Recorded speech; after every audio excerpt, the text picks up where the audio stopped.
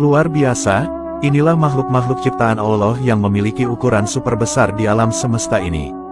Dikisahkan, Allah Subhanahu wa Ta'ala dahulu banyak sekali menciptakan makhluk-makhluk yang berukuran super raksasa.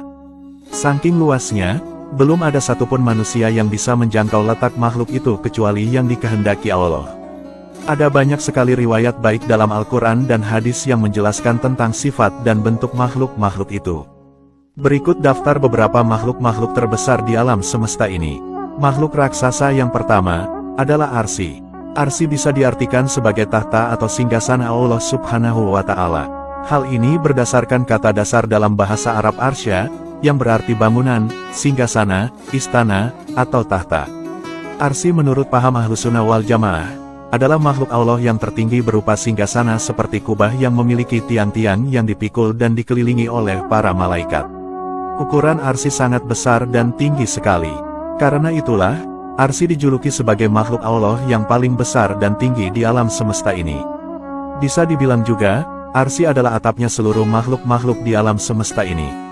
Allah Subhanahu wa Ta'ala berfirman dalam Al-Quran, "Dan malaikat-malaikat berada di penjuru-penjuru langit. Dan pada hari itu 8 orang malaikat menjunjung Arsy Rabbmu di atas kepala mereka." Quran Surat Al-Haqqah ayat 17. Dalam tafsir Adur Al-Mansur fi Tafsir Bil Maksur dijelaskan, bahwa Allah menciptakan Arsy dan kursi dari cahayanya. Arsy itu melekat pada kursi. Para malaikat berada di tengah-tengah kursi. Di sekeliling Arsy itu terdapat 4 sungai, yaitu sungai yang berisikan cahaya berkilauan, sungai yang berisikan api menyala kemerahan, sungai yang berisikan salju putih berkilauan, dan sungai yang berisikan air. Di setiap sungai tersebut para malaikat berdiri sambil membaca tasbih. Arsy itu terbuat dari batu permata yakut merah. Satu malaikat di antara malaikat memandang Arsy dan keagungannya. Rasulullah bersabda, Allah menciptakan Arsy dari permata zamrud hijau dan diciptakan baginya tiang penopang dari batu permata yakut merah. Di Arsy terdapat 1000 bahasa, lisan. Di bumi diciptakan 1000 umat. Setiap umat bertasbih kepada Allah dengan bahasa Arsy. Makhluk raksasa yang kedua adalah Al-Kursi. Al-Kursi adalah makhluk besar yang letaknya berada di atas langit ketujuh. Di atas kursi terdapat lautan air dan di atas air ada Arsy. Al-Kursi memiliki ukuran yang sangat luas dan besar sekali. Tapi bila dibandingkan dengan Arsy, maka ukuran Arsy jelas lebih besar daripada Al-Kursi. Namun bila dibandingkan dengan langit dan bumi, 7 lapis langit dan 7 lapis bumi itu sangat kecil bila dibandingkan dengan Al-Kursi, ibarat seperti cincin yang dilemparkan di padang pasir. Dalam sebuah hadis dijelaskan, kursi Allah itu tempat berpijaknya 2 telapak kakinya. Adapun, Arsy Allah hanya diketahui ukuran besarnya oleh Allah sendiri. Hadis riwayat Al-Hakim. Namun, kita tidak bisa menyamakan berpijaknya Allah dengan berpijaknya kaki manusia. Hal ini karena Allah itu memiliki sifat berbeda dari makhluknya. Jadi, yang mengetahui bentuk dan fungsi pasti tentang Al-Kursi hanyalah Allah Subhanahu wa Ta'ala. Makhluk raksasa yang selanjutnya adalah Sidratul Muntaha. Sidratul Muntaha secara harfiah bisa diartikan sebagai pohon bidara. Makhluk ini digambarkan berukuran besar seperti pohon yang menjadi ujungnya alam semesta. Segala sesuatu yang naik dari bumi dan yang turun dari langit, pangkalnya tersebut berada di Sidratul Muntaha.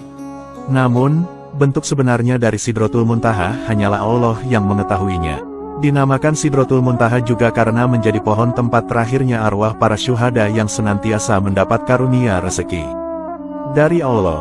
Pohon tersebut berada di atas langit ketujuh, di sebelah kanan Arasy, dengan daun-daun seperti kuping-kuping gajah, buah-buahnya seperti kendi besar, dahan-dahannya berupa mutiara, yakut, dan sabarjat. Setiap daunnya ditempati malaikat yang selalu berzikir pada Allah sehingga Sidratul Muntaha layak disebut sebagai puncak ketinggian yang diketahui makhluk. Itu pun hanya Rasulullah Shallallahu Alaihi Wasallam yang mengetahuinya. Sidratul Muntaha berada di atas puncak langit ketujuh dan ada yang menyebutkan ada di langit ketujuh. Di tempat ini jugalah dahulu Nabi Muhammad menerima perintah kewajiban sholat 5 waktu saat perjalanan Isra Miraj. Makhluk raksasa yang selanjutnya adalah surga dan neraka. Surga adalah tempat kehidupan abadi dan indah yang diperuntukkan kepada umat manusia yang beriman kepada Allah kelak ketika di akhirat. Sedangkan neraka adalah tempat tinggalnya orang-orang kafir dan ahli maksiat di akhirat kelak.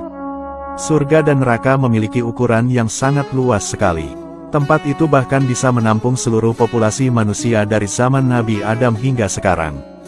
Dalam sebuah riwayat disebutkan, bahwa luas surga itu bagaikan seluas langit dan bumi.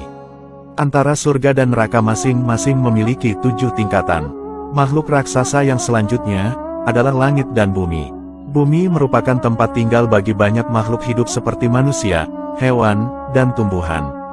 Sedangkan di langit terdapat makhluk-makhluk Allah seperti bulan, bintang, matahari, planet-planet dan galaksi-galaksi super besar. Namun perlu kalian ketahui, bahwa langit dan bumi itu sangatlah luas sekali. Setidaknya, terdapat 7 lapisan langit dan bumi. Allah Subhanahu wa Ta'ala berfirman, Allah yang menciptakan 7 langit dan dari penciptaan bumi juga serupa. Quran Surat At-Talaq ayat 12. Bumi yang kita tinggali saat ini, merupakan bumi terendah. Di atas sana masih ada bumi-bumi dan langit-langit lain yang belum diketahui manusia, kecuali orang-orang yang dikehendaki oleh Allah Subhanahu wa Ta'ala. Di atas langit masih banyak makhluk-makhluk lainnya seperti Lauhil Mahfuz, Al-Qalam, Baitul Maqmur, Samudra Air, dan lain sebagainya. Itulah beberapa makhluk-makhluk raksasa yang ada di alam semesta ini.